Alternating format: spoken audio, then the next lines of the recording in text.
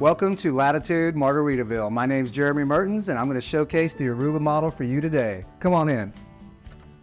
The first room we come to is the den. The den is the most versatile room in the house. It can act as an office, a she shed, a man cave, or even a spare bedroom. It'll come open, but if you'd like, we can add doors to the den. They could be solid or glass. Wait till you see the great room. Follow me. The great room showcases a beautiful fireplace, beautiful custom wood treatments in the ceiling, along with real wood box beams. It's an open concept. We have large sliders that'll open all the way up, which is designed to bring the outside in. As we move into the kitchen, we notice a massive kitchen island, gas cooktop, beautiful cabinetry, but guess what? There's even more. Check out our laundry room.